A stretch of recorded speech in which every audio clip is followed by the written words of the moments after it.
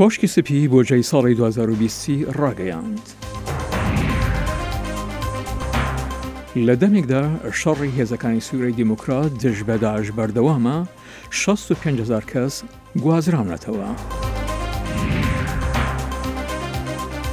ئەردوگان لە بانگشەی هەڵبژاردنەکاندا دەڵێت لە تورکیا هەرێمێک بەناوی کوردستان نییە.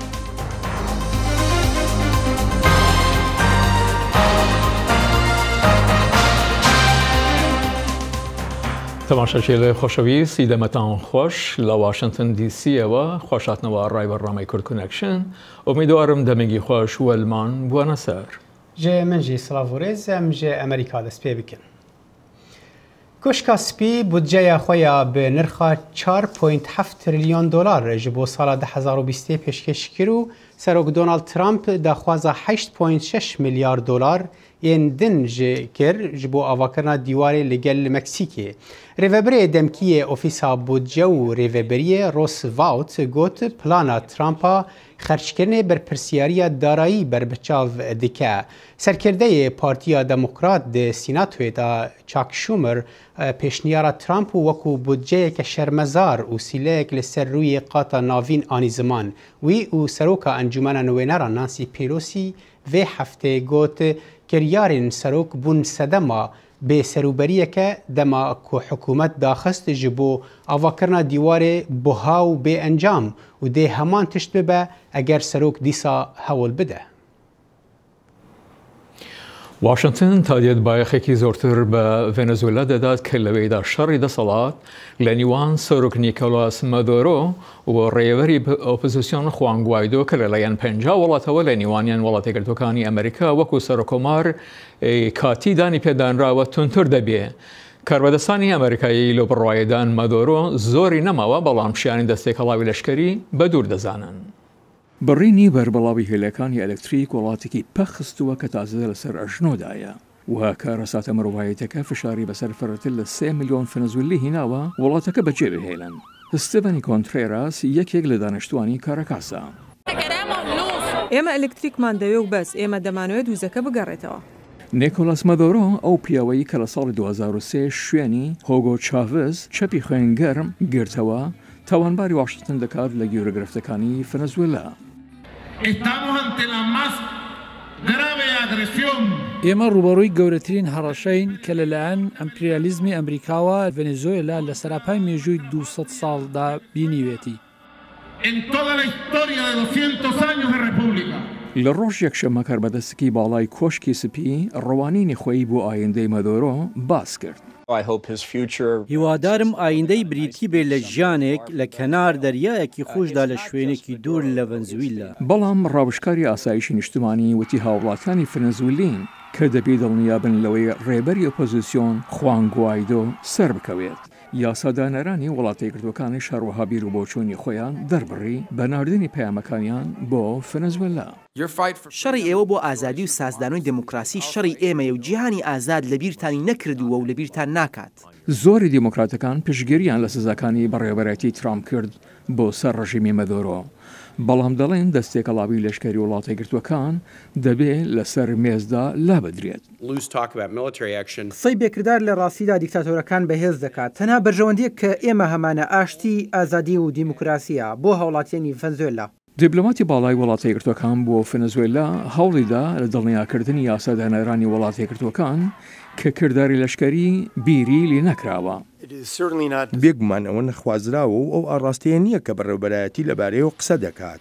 بۆڵتن کە لە مانگی ڕابردوو لە کۆشکی سپی سەبارەت بە ڤێنزوێلا قسەی کرد وتی سەرۆک دۆناڵد ترامپ هەموو بژاردەکانی لەبەردەستایە بەڵام لە ڕۆژ یەکشەممە نەبیست هیچ پێشبینیەک بکات.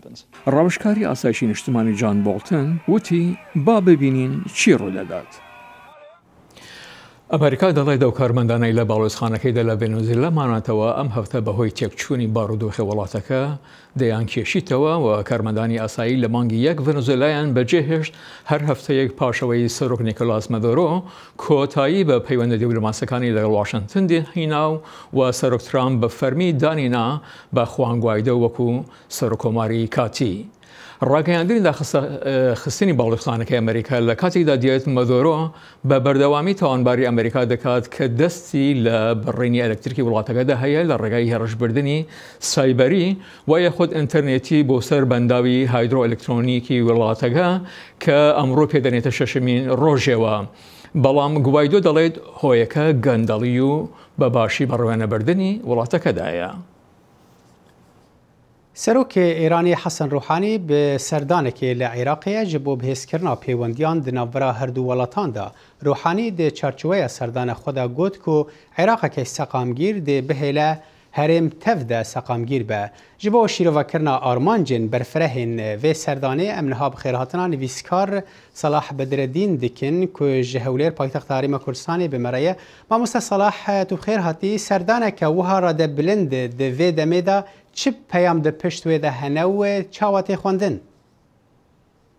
Belê roj baş bêguman piştî ku Amerîka ji ew levhatina newewî li gel Îran derçû û ew gav û biryarên ku hatin dan û dewr û berê Îran zeft bikin di meşelê aborî de ew hîsara ku çêkirin diyar e teşîra wê wa hate meydanê diyar e wa eşkere bû inû rewşa aborî li Îran gelek aloz bûye روشا هندرو يعني هندك مايل خلقها بالصرفة ولدجي رجيب وبتقي بجاركي وديار أودا نستندني وان مو تذكر إنه روسيا والصين في بلاهيها داقرن أو شي بيك نهار حتى الشرق أشتي سوريا إيرو دلمانيك هيدا بويا ما بين روسيا وإيران يعني أوجي جزء كجبه كشيعان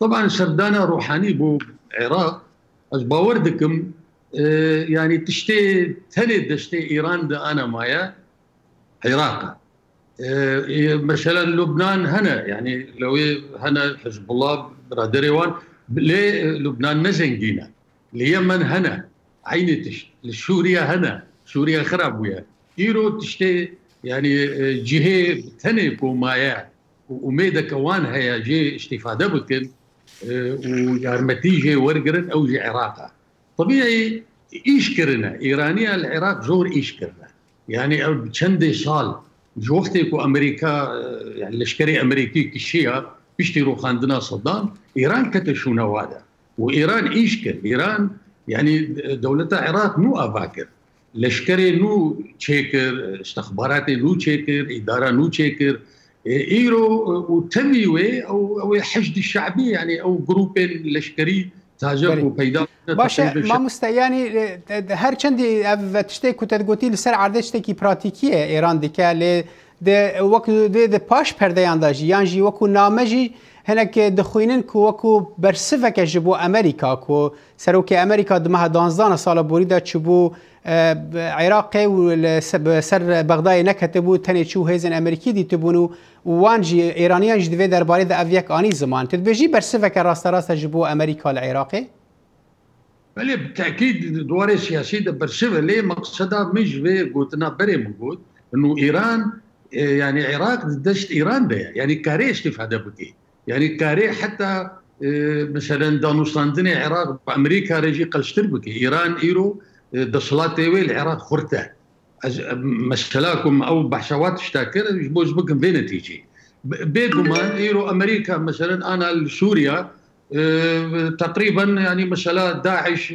كتايبتي وامريكا بيهتر تركيز دكيل شر نتف قاعده نتف ياكل شر شنوري عراقه ديماك او جبوي ايراني بيور خرت بكي ايران جي برخود دي انا خواجي جي خو العراق خرت بكي هم دواري مثلا دراف ده دواري ابوري ده دواري يعني معنوي ده دواري هبونا باشدار ونجانب شيء العراق بمينن وتخواجي وان قرب كل شر امريكا قالك بروباغندا ودردلي ئەمریکا داگیرکەرە لە عێراق نزانم چییە ئەم تشتێ واژ بەری باشە مامۆستا تو دەبێژی پەیوەندیە vê سەردانێ بە تشتên dawiyên li Sûriyê ku wek bêj bermayên Daeş têk biçin li Baxozê û pêşbîn bû yan jî hindek rapor behsa wekê dikerin ku renge Êran hêzeke leşkerî li Sûriyê çê dike ji bo ku yanî piştgiriya Êranê li Sûriyê bi awakî rasterast bike بەێ پەیوەندی گەلک هەیە ژبەر ئەگەر لور ئەمریکا ژور سافی ببێ بهتر هێژێ خۆل سەر نەتەف ئەو قاعدا نەتەف کول سەر شیلۆرێ ینی عێراق و سووریایە و نێژیکی ئوردونە ئێلور خورت بکەی وەختەی لور خورت بکەی ڕێژ بەر ئێران دەگرێ ئەو ریا ئێران و ئێ هەرێ لوبنان بەرێنەرینە تەگەیشت مامۆستا ببوورە دەمامە بکێمە نویسکار سەلاح بەدرەدین توش ji هەولێر bi me re bûyî gelek spas. باش بۆژی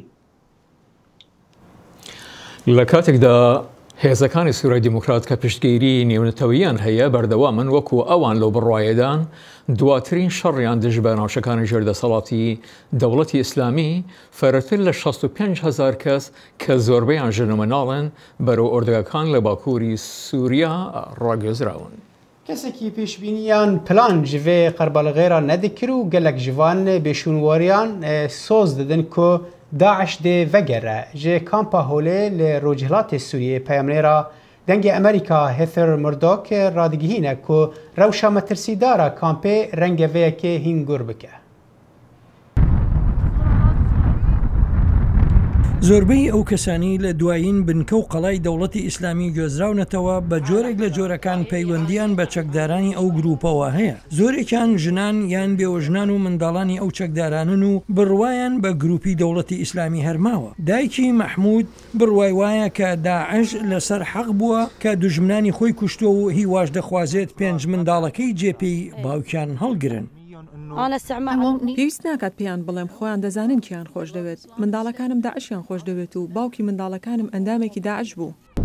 کارمەندانی کۆمەکی مرۆیی دەڵێن تەنها ڕێگە بۆ بەرەنگاربوونەوەی تونندڕەوی لە نێو کەمپەکەدا ئەوەیە کە کۆمەکی پێداویستی سەرەکی وای کردووە هەتا دێت هەڕەشا لە بەرجەستەکردنی ئەم ئامانجە دەکات. لەم ڕۆژانی دواییشدا بەلایکەم 100 کەس مردن لە کاتی چوونیان بەرەو کەمپەکە یان کاتێک گەیشتنە کەمپەکە و بەشی زۆریشان منداڵان بوون. سەرباری قەیرانی کوشندەی تەندروستی پێویستیش بە هەزاران چادر هەیە بۆ داڵدەدانی کەسانی تازە کە دەگەنە کەمپەکە. لە ئێستادا ئێمە لە حاڵەتی تەنگەتاوی داین لەبەر ئەوەی ژمارەیەکی زۆر لە کەسان لە چەندان ناوچەوە ڕوو لە ئێرە دەکەن واتە ئەو شوێنانەی پێشتر لەژێر کۆنتڕۆلی داعشدا بوون هەر بۆیە پێویستەکانمان زۆرن.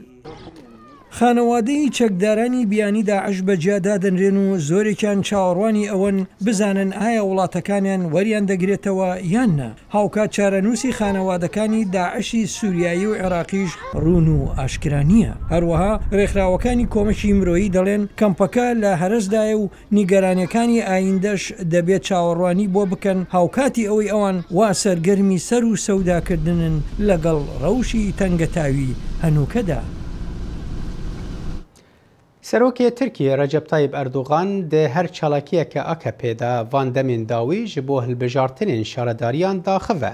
Dê nava axaftinên xwe de wî bi tundî rexneya hevserokê HDP sezayî temelî kir ji bo bikaranîna gotina Kurdistanê. Erdogan temelî wekû kesekî sextekar bi nav kir. Agahiyên bêhtir di vê raportê de. Cumhurbaşkanımız Serokkomarê Tirkiyeyê Recep Tayyip Erdogan di çarçoveya ger û mîtîngên hilbijartinê de roja şemîl Amêdê bû. Serokkomarê Tirkiyê hevalbendiya HDP bi CHP ra ji bo hilbijartinê dike armancên gotarê xwe û wan weka tifaqa zilet bi nav dike. Di mîtînga Amêdê de jî sinevizyonek hat nîşandan ji hin beşên axaftinên siyasetvanên Kurd ku li wir ji bo PKK erênî de axivin. Bu sorumluluklarını yerine getirecekler. İşte terörist başı kazanacağız. Serokkomar bidira da bêje ku serokên terorê ji Qandilê HDP bi rêve dibin. Serokê HDP Sezai Temelî ji bo stratejiya partiya xwe a ji bo hilbijartinê gotibû ew ê li Kurdistanê AKP têk bibin. Erdogan axaftina xwe a Amêdê de jî gotara wî bi bîr xist û pirsî ka li Tirkiyeyê herêmek bi navê Kurdistanê heye yan ne. Şimdi burada Diyarbakır'da soruyorum. براین من از جواد پرسم لترکیه هریمک بناو کردستان هیا اف زلامه هنه کردجی او سختکاره لوی سختکاری بنیرن کد بیجه لکردستان هدپه ده بسر کوه لو روژا واجی آکپه و مهپه ده تک ببن اجادوه ام ده هل بجاردن ده زله اگوه سالمان بخین گوش بروان گوتنان پشمان ببن سروکمار اردوغان ناو 7 هریمان هجمارت و گوت او به هفره ترکیه پیکتینن هر روسا گوتنا فیگن یکسکتا آکو گوت بن پشتا خواه جیه پگه دستینن جی ببیرخست و ها دوام کر Fakat bunlar bölücü.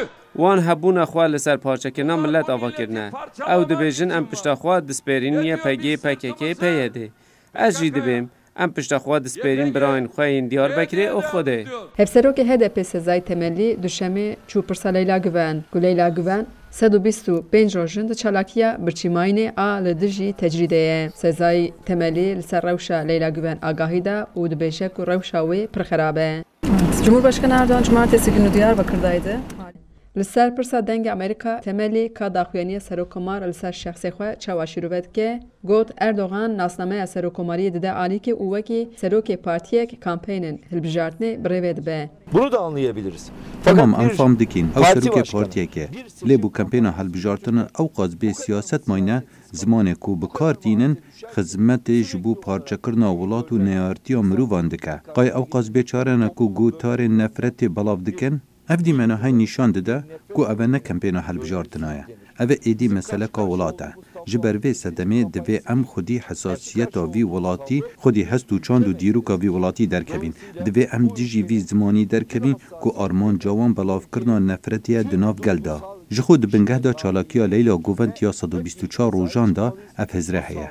Wê bedenê xwe ji bo bidawîkirina tecrîdê bermirnê da. Çima ji ber ku ew dibêje ew dijî têgehiştina parçekirina Tirkiye dike û dijî neyaretiya di nav gelan da dike ku bidawîkirina tecrîdê ev hizre û siyasete jî wê bidawî be. Serokkomar îro van tiştan dike, mirovan dike dijî hev, bi nezanîn diaxive, Kurdan dike dijmin, ji vî welatî berew Kurdistanê dibe, li hember muxalifan bi heman zimanê dijmin diaxive.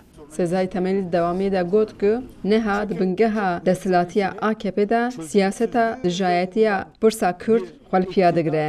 گو پرسا کرد چاره سر بکن لازمه که اف دستلاتیا وانجی تکاره. جبو کرد لسر دستلاتیا خواه بمینن دوی که پرسکریکا کرد چاره سر نبه. جبر که او هبونه خواه د پولیتیکاین شر دا و د برجواندین آلیگیری خودا دبینن. خدیجان فارقین دنگ امریکا آمد. شاری ئاگری لە ڕۆژهەڵاتی تورکیا نزیک بە سنووری تورکیا و یەکێک لە هەرە بەرزترین شوێنی وڵاتەکەدایە کە شاخی ئارارات و یاخود ئاگری لەوێدایە. هاوڵاتیانی شارەکە لەم هەڵبژاردنەدا بە هیوای ئەوەدان بارودۆخی ئابووریان باشتر بێت. Bajarê Agiriyê dikeve Bakurê Roşilatê Tirkiye û li ser sunûrê Îranê ye. Rûzemîna Agiriyê zêdetirî 11,000 kilometrekare û nüfusa wê jî 550,000 e. Aboriya bajar piranî li ser sewalkariyê rêve diçe. Bajarê Agiriyê mixabin ji aliyê aborî ve di nava rewşeke gelek kambaxta ye û di nava 81 bajarên Tirkiyeyê da di rêza dawiyê da cih digire. Gelê Agiriyê bi vê mebeste hilbijartinên xwecihî li bendêne ku kesên bên hilbijartin ji bo vî bajarê qedirgiran xebatên baş bikin. Kesek negotiye ji bo rızayê Xwedê em ji bo vî şehrî genelleme xizmetekî bikin, xizmet nebdiye. Berbijarê hevşeradariyê Agiriyê yê HDP, Abdurrahman Doğar, heman pizgirêk anîn ziman û got ku ji ber van polîtîkayên hikûmeta AKP yên şaş li herêmê sewalkarî hatiye ber dawîbûnê. Tu xizmet Agirê de nehatiye kirin. Miletê Agirê ji tinebûnê ji jariyê belengaziyê koçber dibin diçin metropola. Zamanekî pez û dewar hebûn xwayî dikirin, însan îdarê xwe dikirin, polîtika wî ew jî, wî hikûmetê jî evî jî xelas kir. Berbijarê Partiya Saadetê û Serokê Oda Bazirganî û Pişesaziya Agiriyê yê Berê Mehmet Erat ku ji Partiya Dad û Pêşveçûna AKP derbasî Partiya Saadetê bûye wiha got. Ne yazık ki bugün Mixabir niha berbijarê Partiya Destsalat dibêjî qay berbijarê CHP ne. Qala pirsgirêkên bajarî dikin. Ji bîr dike ku ev 10 sal zêdetir e ئەکەپە شارەداریە vê bajarî dibe. Demekî kin jî serî sakîk pirêve bir.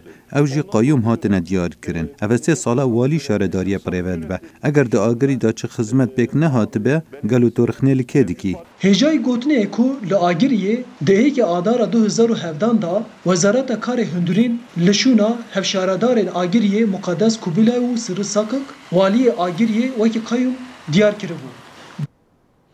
تێگەهێشتنێک هەیە کو پەنابەرین ئەوروپا ڕەوشاوان باشە لێ دوو پەنابەرین کوردên ئێرانê dibêje em gelek westiyane ew bû 3 salin li welatê Finlanda dimînin. Tevî wê jî ew dibêjin ew venagerin Îranê ji ber nearamî û azadî li wê derê nîne. Hevkarê me Şahid Elewî serdana wan kir û ev rapor amade kir.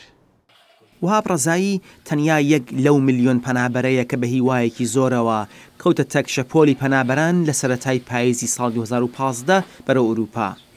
بەڵێ مەلە کرماشانە و چیم لەسە ئورومیە لەوریشەوە قاچاقی چیم لەسە تورکیا.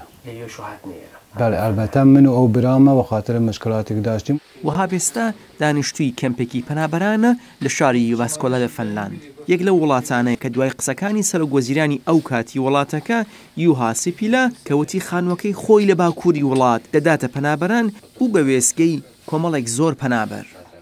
مەسەن تاریفەیەکی نافچوم لە لەوازە مەسەن خدمات اجتماعی و خاطر مەسەن خیلی شتەی لە کشوەری تر بێترە. بەڵام ئایا لە ڕاستیشدا وایە و ئەم وڵاتانە وەک دەگوترێت و دەبیسترێت خزمەتگوزاری باش پێشکەشی پەنابەران دەکەن؟ وەلا بەخوا نە. وەلی متاسفانە جوواومانە و خوب نییان و ئێرانیریش کاتنە مەعمولەن شاید بشم 95% ئێرانیر ئەسەن خەیری دیر ڕەسیدگی کەن و پەروەندەیان. پەرویزی عەلی مورادی یەکتر لەو کوردانی کەمپەکەیە کە دەڵێت بە پێچەوانی دروشمەکان فەنلاند وڵاتی پەنابەران نییە. لەم وڵاتە هەموو شت بەڵێن بە قسەی خۆیان دەڵێن وڵاتێکی دموکراسی و ئازادە، بەڵام کاتێ ئەڕۆیتە دایرەی حەجرا یا بۆ محەکمە پرسیاری لێ دەکەن ئەو چتانە نییە. یانە لە 100% دژی پەنابەرن. یەک لە سەرەتایترین پێداویستەکانی مرۆڤ خزمەتگوزاری پزیشکیە و وا دەنوێنێت کە وڵاتانی ئوروپایی دەبێت لەم بواردە پێشکەوتوو بن. ئەمە 3 ساڵە بۆ دکتۆرە چمێژێ تا ئەقامە وەرنەگری ئەو چتەکانتە نەخۆشیەکە جیبەجی ناکەین. ئەمەش لە کاتێکدا ئەم پەنابەرانە بە هیوای ژیانێکی ئارام و ئازاد هاتوونەتە ئەم وڵاتە. ئیمە وەشون ئارامشەواتی منە ئیمە وەخاتریەک لە ئێران هەزاگە لە بەدبەختیە دموکراسی نییە ئازادی نییە هیچ نییە. مانەوە لە کەمپێکدا بۆ زیاتر لە 3 ساڵ بە هیچ هیوایەک بۆ کۆتایی هاتنی گرفتی زۆر بە دوای خۆیدا دێنێت. این شرایطەکە ئەقەرە تورکیشیدن ئی پروسه پناهندگیه واقعا آیا مگرد مشکلات از روحی و دچار بودن و بعد از اویش آقا 1 سال 2 سال 3 سال معلوم نیه چند تر طول بکشه بعد از 5 سال یارو نتونه دوام نتیریدن. لەگەڵ ئەوەی ڕەوایەتی ژیانی پەنابەران پڕ لە ئازار و ناهۆمێدی بەڵام مرۆڤ بە تایبەت گەنجان زۆر جار دەلاقێری دەدۆزنەوە بەرەو ڕووناکی خۆشەویستی و هیوا. سەوز باڵە برد لە کوردە ماڵانە زوڵفەگەت بەلاوە بەکەبم. شاد عەلەوی لە شاری یوڤاسکۆلا وڵاتی فەنلاند دەنگی ئەمریکا. دکتۆر جەلال ساڵحی کە ئێستاکە تەمەنی 94 ساڵە یەکەمین کەس بوو کە لە ساڵی 1960 و یەکەمین ئۆتۆمبیلی ئەلکتریکی دروست کرد. ئەمە خاوەنی ئەم ئۆتۆمبیلە نییە، بەڵکو ئەم زانا کوردەیە خاوەنی بیرۆکەی داهێنانەکەیەتی. ئەم زانا کووردە دایان داهێنانی پێشکەش بە جیهان کردووە. بەناوبانگترینە بیرۆکەی داهێنانی پارتی کارەبایی دەبێت بۆ ئۆتۆمبیلی کارەبایی هایبرید. دوای تەواوکردنی خوێندنی ماستەر دکتۆراکەی لە زانکۆی کالیفۆرنیا لە بەشی ئەندازیاری کارەبا لە کۆمپانیای جەنەرال ماتۆ دەست بەکار دەکات. من یەکێ لە وەزیفەکانم لە ئەمریکا بووم بە چیف of the hybrid and electric system branch. یعنی ئەوەی کە تۆمبیلی هایبرید و کارەبا دروست دەکات. هایبرید یعنی مختلط، ئەلکتریک یعنی ئەلکتریکی تەواو. ئیتر لەوێ هەموو شتێ لە منەوە ئەوامر چی بکەین و چی نەکەین، ینی بعضێکیان لەو شارە بوو بعضێکیان لە شارێکی تر بوو. تعلیمات لە منەوەرەگر ئۆتۆمبیلەکانم هەموو گۆڕی بە هایبرید و ئەلکتریک تری هەموو دنیاش یانی نەکرد. حکوومەتی عراق لە ساڵی 1945 دکتۆر جەلال دەنێرێت بۆ خوێنی بە کالێدۆس لە زانکۆی لیدس لە لەندەن. ئەم زانە کووردە دەیان خەڵات و پادێنتی وەرگرتووە لە ئەمریکا. ئەم پاتندا ساڵی 1960 وەرم گرتووە لەو مدەتا لە جەلال تەوفیق ساڵحی has been elected بووم بە fellow یعنی ئەوەڵ کەس کە کردوێتی pioneering work in the application of variable frequency drive in electric vehicle and building elevator. ئەڵێ مۆتۆری ئەمانەی هین تەحویل کردووە بۆ ئەوەی ئەلەڤەیتەر و تۆمبیلی کارەبا ئیش پێ بکە. یعنی هەرچی تۆمبیلی هەیە هی کارەبا مۆتۆرەکەم یعنی من مەسوولم بە گۆڕینی. دووەمیش ئەلەڤەیتەر هەرچی شتێکی تایە بینی منە لە هەموو دنیا. ئەم زانە کووردە کەسێکی ناسراوە لە ئەمریکا و زۆر جاریش ئەم داهێنانەی خۆی بەنای خۆی تۆمار نەکردووە. ئەم پیاوە بۆ شەریکەیەکی شێکرد کە شەریکەکە ئەو سیارەیە دروست کرد بەڵام بەداخەوە دکتۆر جەلال ئەو کاتە هەر مەبەستی ئەو بۆ ئیش بکە ئەمە حەزی لە ئیش بووە ئەمە دڵسۆز بە لە کاروباری خۆیان بیری نەکردوتەوە لە سەرۆت و سابان عەقدێکی بۆ ئیمزا کردوون کەوا من هەچی داهێنانێ بکەم هەچی شتێکی تازە بێنمە بەرام مڵکی شەریکەیە بۆ شەریکەیە و ئەو داهێنانە بوو بە شۆڕشێک لە عالەمە و ئێمەی کورد بەڕاستی من خۆم وەکو کەسێک وەکو معنای ئەو بڵاوبوونەوەی ئەو ناوبانگە کەسێکی کودەوەی کردووە زۆر شانازی پێوەکەم. دکتۆر جەلال دایان داهێنانی تری هەیە وەکو ئەسانسۆری کارەبایی و گۆڕینی تەلەفۆنی جولاو بۆ تەلەفۆنی جێگیر کە ڕقەمێک لێها ئەی خستە سەرخەتێک ئەویتر ئەی خستە سەرخەتێکی تر ئەویتری خەیت سەرخەتێکی تاکۆ گەیشتی بە ئەو ڕقەمەی کاتەوێ قسە بکەی. ئەم حرەکات شتانەم نەهێژ من هەمووی بوو بە شتێکی ستاتیک ینی هیچ نابینی چوومە شەریکەی لنکەر لە ئەمریکا کە لۆ مۆزوعا بوون دەوێت گۆڕیم ئیتر لە هەموو دنیا بڵابوو. دکتۆر جەلال تۆفیق ئاغا فەتحوڵڵا لە ساڵی 1920 لە شاری سلێمانی لەدایک بووە. خوێنی سەرەتای لە سلێمانی تەواو کرد و ناوەندی دواناوەندیشی لە شاری هەولێر و کەرکووک تەواو کردووە. لە بنەماڵەیەکی ناوداری شاری سلێمانین و دەستیشان هەبووە لە دروستکردنی شاری سلێمانی لە ساڵی 1970 کە گۆڕی باپیری لە ناو مزگەوتی گەورەی سلێمانیە و نزیک گۆڕەکەی کاک ئەحمەدی شێخ. زیاتر لە نیو سەدەی لە ئەمریکا دەژیت و تا ئێستاش دڵەکەی لە کوردستان و باسی یادەوەریەکانی خۆی دەکات بۆ کەسانی دەوروبەری خۆی. ئاخرمیش خۆت بووم ئاخر. ئاسەوازات دەنگی ئەمریکا سان دیاگۆ. بنر هێژا بە vê raporteyem digihîn dawiya dema bernameya Kurdkirnekşina îro ta roja înê her bimînin xêr û xweşî. بمینە خۆش.